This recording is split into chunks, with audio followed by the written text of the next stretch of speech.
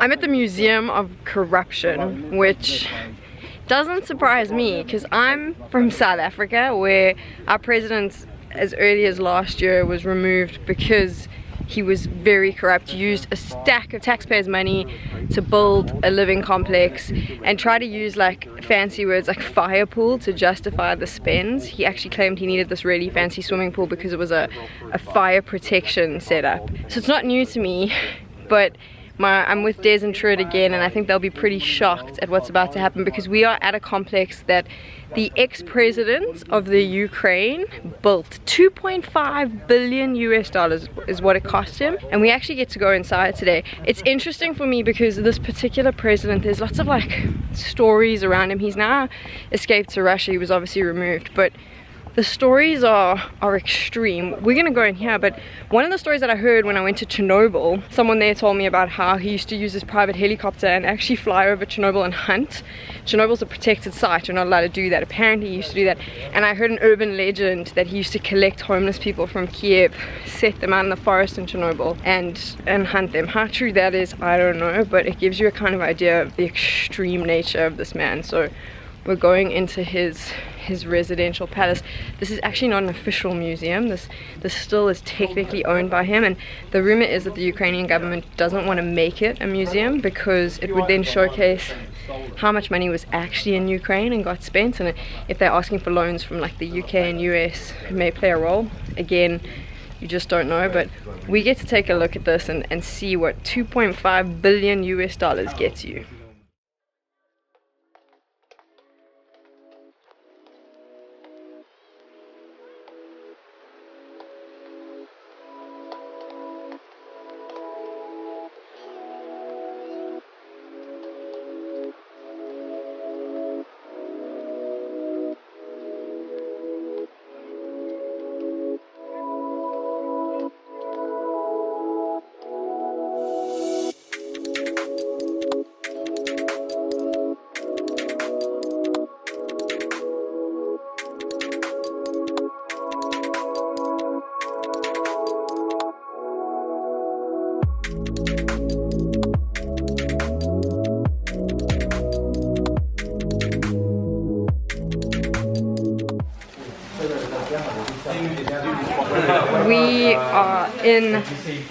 We're not even in the palace, we're in the sports complex. We've just walked in the door, put on these cool shoe things, and there is a bowling alley. Yes. This is insane. I'm actually not even going to talk, I'm just going to show you stuff, but there is a bowling alley.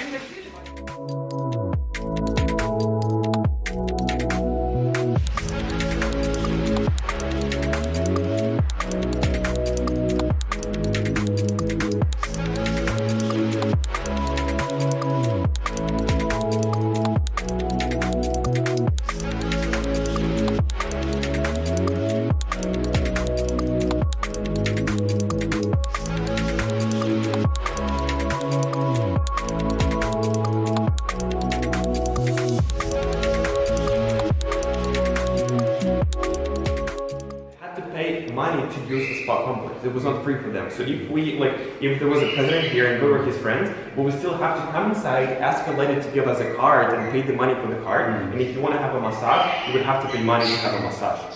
It was not free, even though it was all his property, it was all his thing.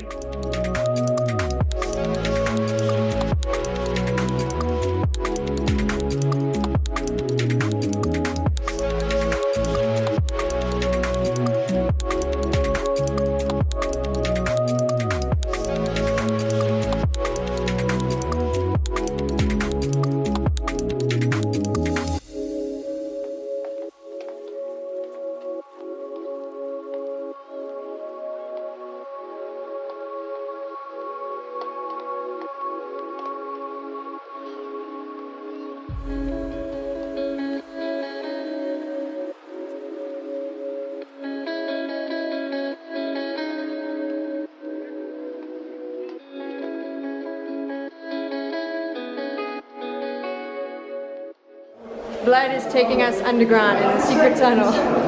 This is a secret underground tunnel that leads... I can't, it's insane. Look at the artwork on the walls.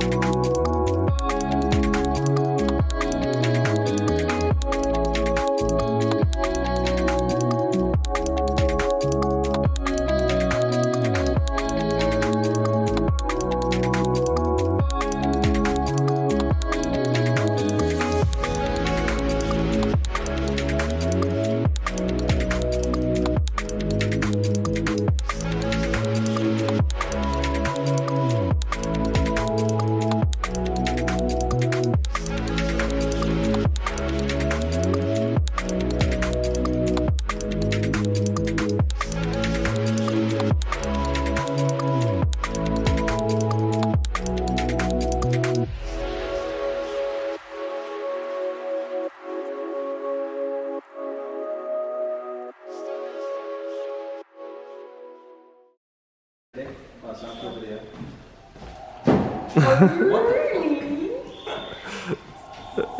No. Way, guys.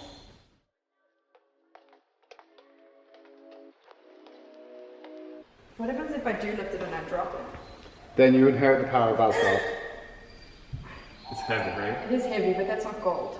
Yeah, you know what I think is that it's golden plated, but this thing is bronze. Yeah, that's But bronze. still, like when you try to lift it with one hand, it's really, really. But if this was pure gold. Yeah, it would not be possible to lift it even. Every chandelier you see, there's no two of the same anywhere in here. And what's interesting enough is you've seen enough of how absurdly opulent this place is. There's only 2 bedrooms in here. It was for the president at the time and his fiance. His wife, interestingly enough, disappeared. I wonder where she is.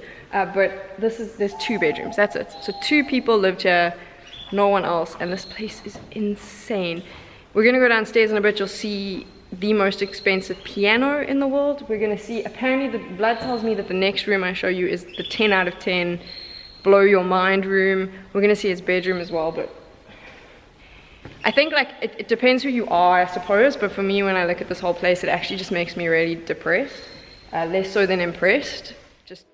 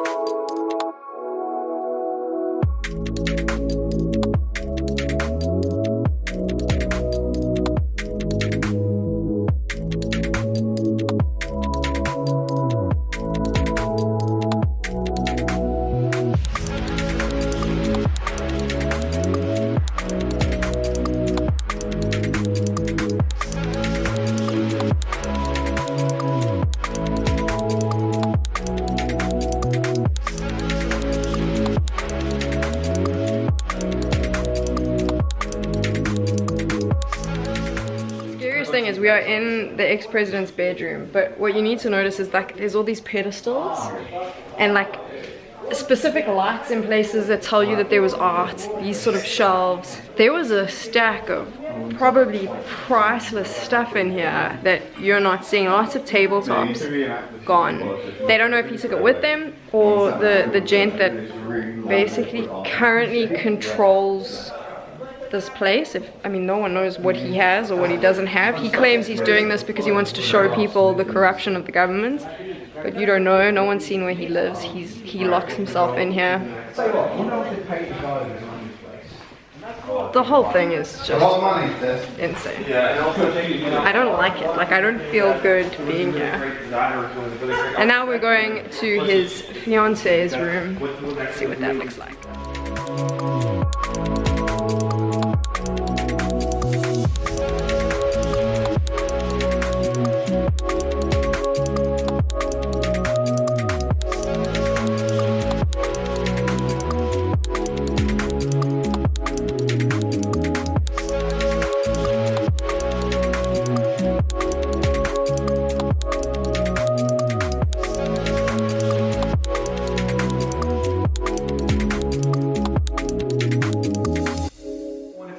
When he wanted to have a dinner, they were cooking the food in the restaurants, and here they were just making the food beautiful. So the cook, like the people were already bringing food here, and then he was just making the food more beautiful. Everything here is a company called Mezhyhirya, and you know Mezhyhirya is a really expensive company.